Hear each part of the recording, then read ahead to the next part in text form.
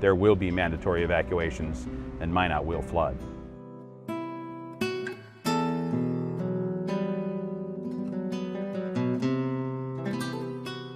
Lives have been devastated here. They're frightened. They don't know what to do. They're hurting.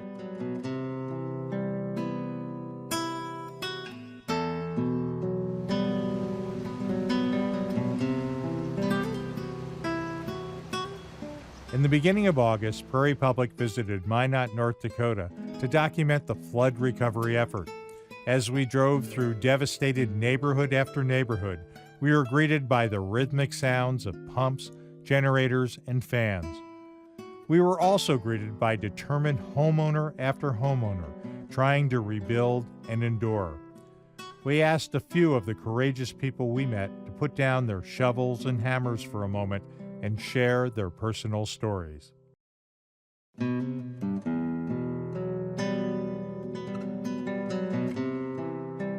had the first little scare at the beginning of June. It ended kind of on June 1st, and we went about 14 or 16 hours, and I think that was just me that whole time.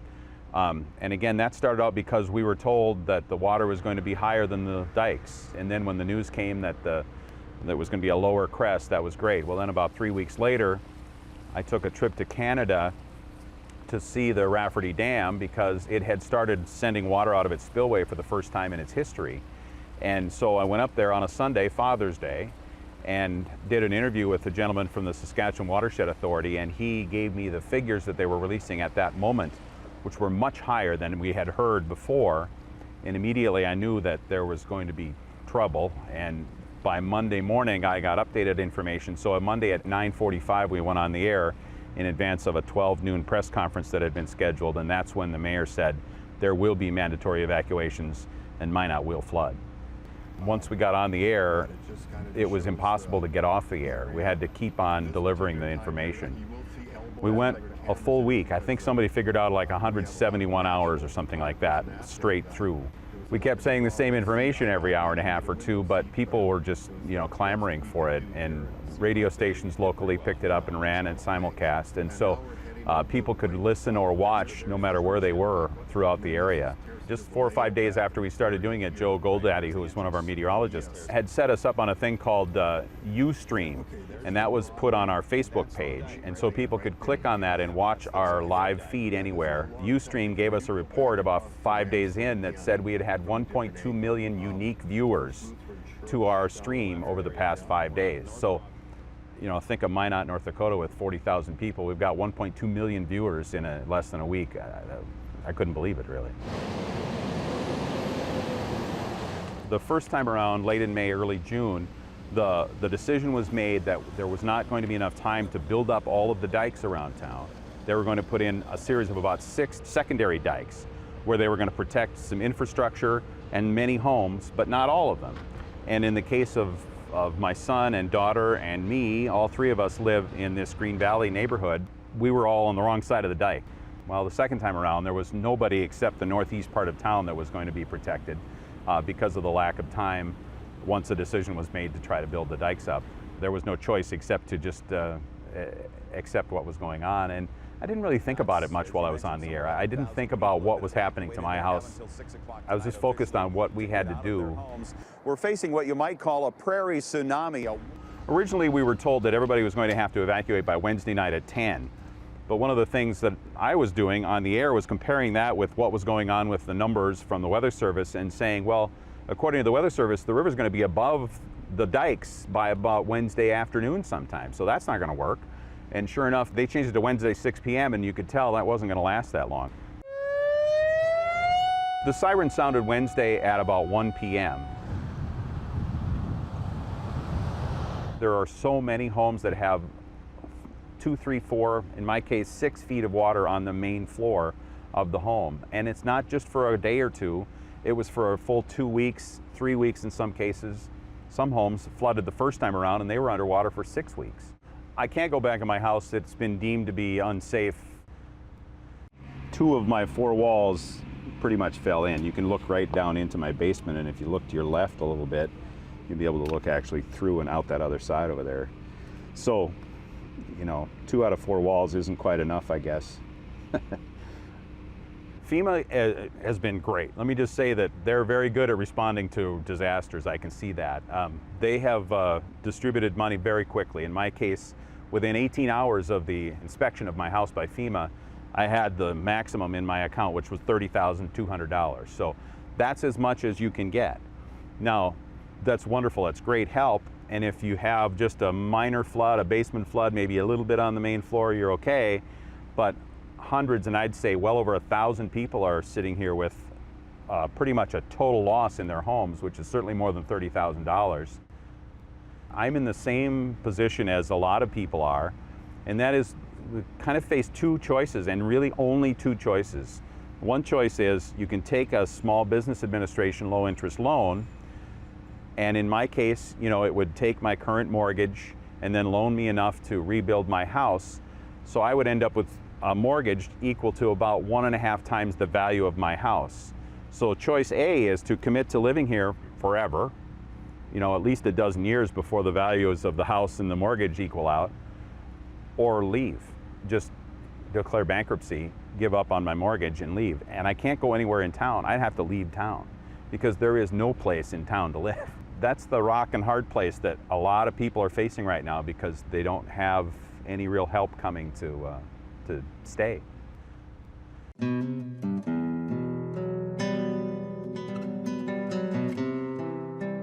This is a split four-year home, so it has 4 levels, counting the true basement. I know this house had water in it at least 3 weeks at varying levels. As you can see in the garage, we have it ripped out. This is a 10-foot ceiling. We had it over 9 feet. There were several markers on the wall where I could see how high it was. This is the back of the house, the addition. It was within inches from the top of the ceiling inside the house. And then of course the higher up area is 3 bedrooms, and it was 31 inches up in the upper level. So 31 inches it got to on this level, and as you can see, the mold is climbed up well above that level. You can see mold even in the mud on the floors right now. The amount of mud in here is incredible on these lower levels especially, and it certainly had a lot to do with, I think, being close to the river. There's some mold up in the corner there. If you can see it here, it's definitely went through the drywall, and it's probably in the insulation. There's mold right up in there. We're looking at years, definitely. If I'm allowed to rebuild, it could easily take a year or two, I think, just because so many of us are in this situation. Finding help and finding contractors for some things could really hold things up. Ever since we were allowed back in our homes, gosh, I think the 16th or 17th of July, I've been here every day, and of course, like most people, we're all working too, so it makes for some long days. I'm a marketer for Faro North America. We sell propane in about a 6-state area, and we also truck other products in mostly related to the oil field. Right now, we're mostly running off generators. We're kind of on a waiting list to get our temporary power turned back on. So I've had mine inspected, and talking to the local energy company, they said within 2 days I should have plug-in receptacles outside that I can get some light back in the house and do a little bit more work. We have the garage and the basement done, and I think we have about 2 more weeks of work, and once we get it tore out and dried up and sanitized, I plan on locking it up for the fall and winter and just kind of see what we're going to do for the future. We hope to be able to stay around even after something like this. I have no plans of going anywhere, just may change home locations, but my son really loves the schools here, so we plan to stay. We're certainly waiting on the city to tell us what they may do for the future as far as a diking or levee project. until something's really written in stone on that and those things come about, I probably would not move right back into this home since I'm right on the river. As you can see, there's trash just littered everywhere down through here. A lot of it, we don't know where it came from. When we first got back, it was only 2 or 3 feet below the levee here.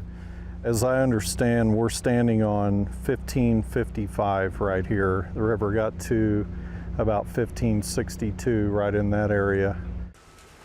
FEMA's ceiling is right at $30,000, which is certainly nice, and it can help you out with things such as furniture loss, or if you're going to rebuild it, it will help you get your heating and air conditioning going again.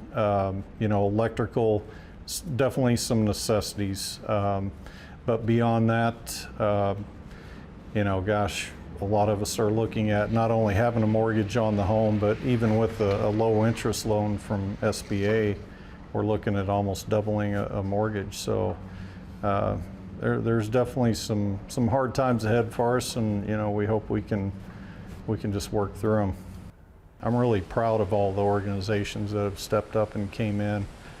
As you saw a while ago, Salvation Army came by, and they will provide lunches and even dinner if you're here late in the evening. So the support's been outstanding, in my opinion.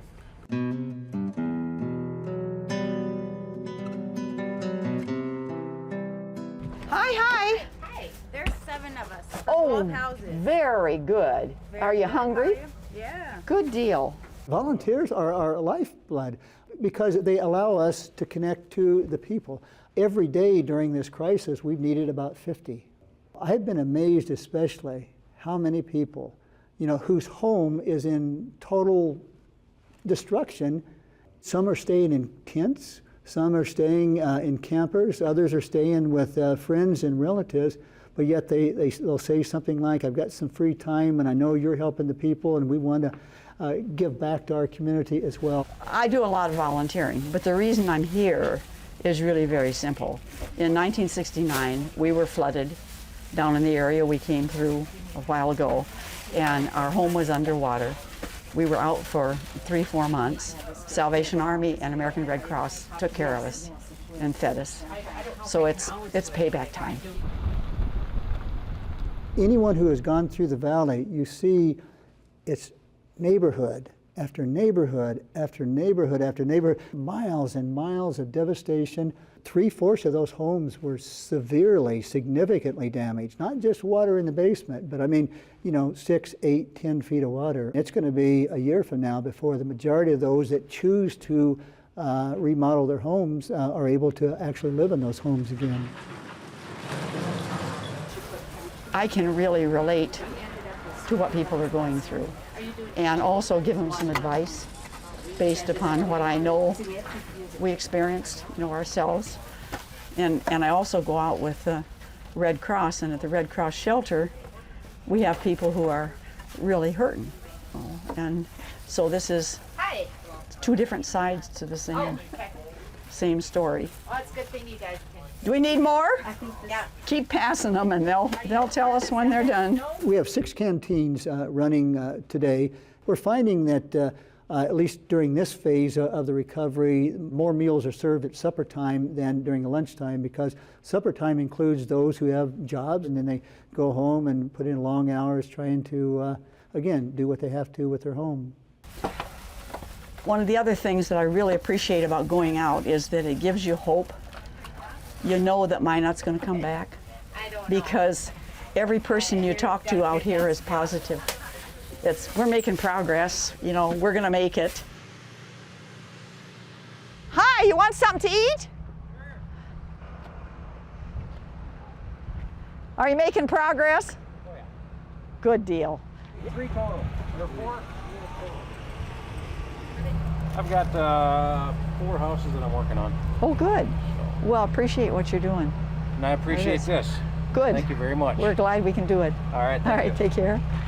Probably the question that has been asked the most to me personally is, what am I going to do? What am I going to do? 1 middle school totally destroyed. They had to find an alternate site for that school. The kids, not only are they sleeping somewhere other than their home, and will be for months, but they have to go to school in a different location. The kids do seem to have a resiliency. Now, whether there's going to be a delayed effect and impact or not, I don't know. Adults, on one hand, tend to have a understanding that this is the process of life, the ups and downs, but on the other hand, so many have been so devastated that they just don't know where to turn. Usually what happens is that I ride what we call shotgun. I ride up in front, and then I get out and go find people and escort them back and visit with them along the way. Do you want something to eat? One of the things that we recognize is that people need an opportunity to express themselves, to talk. Are you hungry? We've got chicken tonight. Since our uniform, our shirt, our emblem is so known by so many, they see us as an opportunity just to share a story. You making progress? Oh yeah. We got good. about 3/4 of the house done. Oh, one day. great, wonderful. But you know, the stories that people have about what's happening with their houses, even though some of the stories are really heart-wrenching, the people are upbeat. Oh, and I really, that makes me feel better about it, because you go around and if you just look at the destruction, pretty soon you're feeling pretty hangdog. People in crisis need hope. They need to know that there's a light at the end of the tunnel. They need to know that they can move on. And so the Salvation Army, we're one of the agents that is able to stimulate hope. Yes, it might just be a cleanup kit that we give to someone, and it's not going to take care of a whole flooded out house, but it's a bucket of hope where you take this and you start somewhere. The same with the meal that we provide through our feeding program. It's just a meal for the moment, a snack for the moment, but it's reminding those that we're serving that they're not in this alone, that somebody cares. The direct assistance that we're doing is just a few $100s per family. It's not going to take care of all their bills, but yet it's a method of hope where they've given me this, and I can take it and buy that, and I can go on. And we need hope. And the Salvation Army, I know always will be a source of hope to the community that we're serving in. I was with the shelter with the Red Cross, and we were running it before the National Red Cross people came in. Fox, BBC, CBC, everybody was here. And they kept saying, where are all the people? You have 230 people in this shelter. You have 11,000 people who are out of their homes. Where the devil are they? And we said, this is Minot, North Dakota. They are with friends and they are with relatives. Jane and George Clark, he was on the faculty at Minot State, and my husband was on the faculty at Minot State. So I've known them off and on for a long time. And when I knew that Eastwood Park was in really bad shape, and I knew they were staying at a friend out in the country, and so I called and said, hey, I've got room in my house, would you like to come here? And so they came with what they had at that time, which was very little, and their 2 cats. Since about, I suppose, the middle of June, and they'll probably be with me until they get their FEMA trailer. Trailers are coming. Nice. Yeah. That would be nice. We just get along very well, and I'm just delighted that I could do that I've got the space and the resources to do that. And Coco was up. It's been a marvelous place to regain some normalcy every day. You drive up Hiawatha and life is back to normal. Yes, driving down into the flood area is depressing. Yeah. It's hard. We were evacuated in '76 and we didn't have any problem. Then our house didn't get that much water in the '69 flood before we moved to it. Just a little seepage in the basement. And so, oh yeah, we'll go ahead and move out. But it didn't hit us. Definitely didn't hit us. 40 years that we have of good memories and raising our 4 kids here. It's pretty hard to see everything out on the curb. We're hoping that it wouldn't get up to the main floor, but it certainly did. We had a basement full, and then about 25 inches on the main floor. Yeah, it was about 3 weeks before we were able to get into the house, and I'm not sure how long the water was up. It's a historic house in a historic neighborhood, and it deserves to be reclaimed as much as we can. We've applied for a FEMA trailer, and so until we have the sewer and water and electricity and heat, we will stay in the trailer, and then just putter and wait for things to dry out, doing little things as we can, and then when it's possible, we have an upstairs apartment. We'd like to live up there while we're, if and when or whatever we do downstairs. It's overwhelming if you try to plan ahead and decide what's going to happen next spring.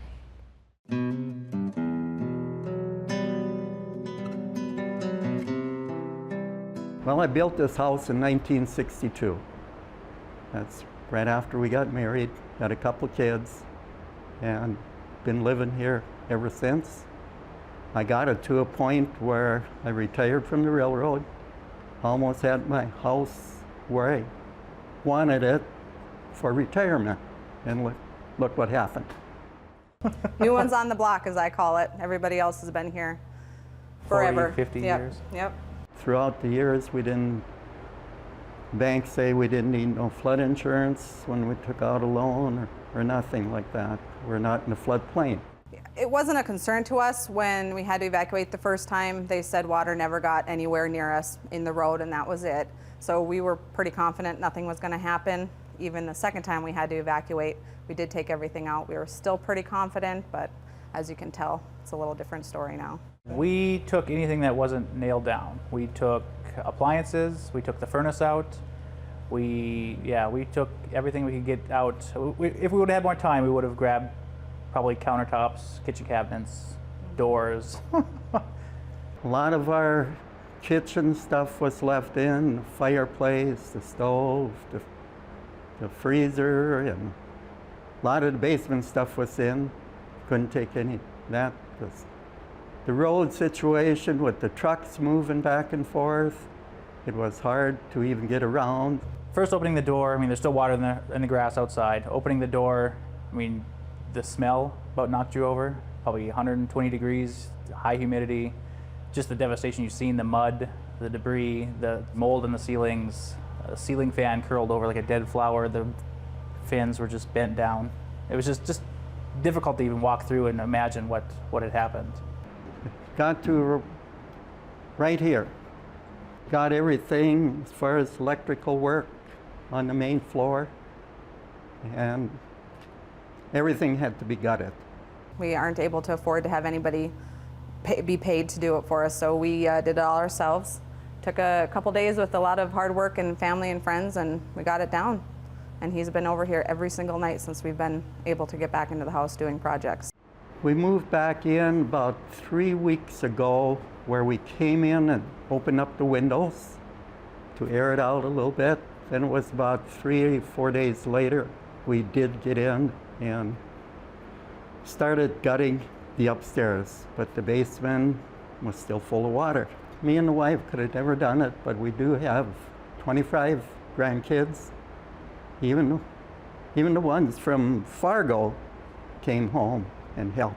We got phone calls out there to electrical companies, and we haven't gotten phone calls back, so it's kind of a long process right now, but we do plan to rebuild because there's nothing out there to buy right now. FEMA has given us the max allowed that they can give, the $30,200.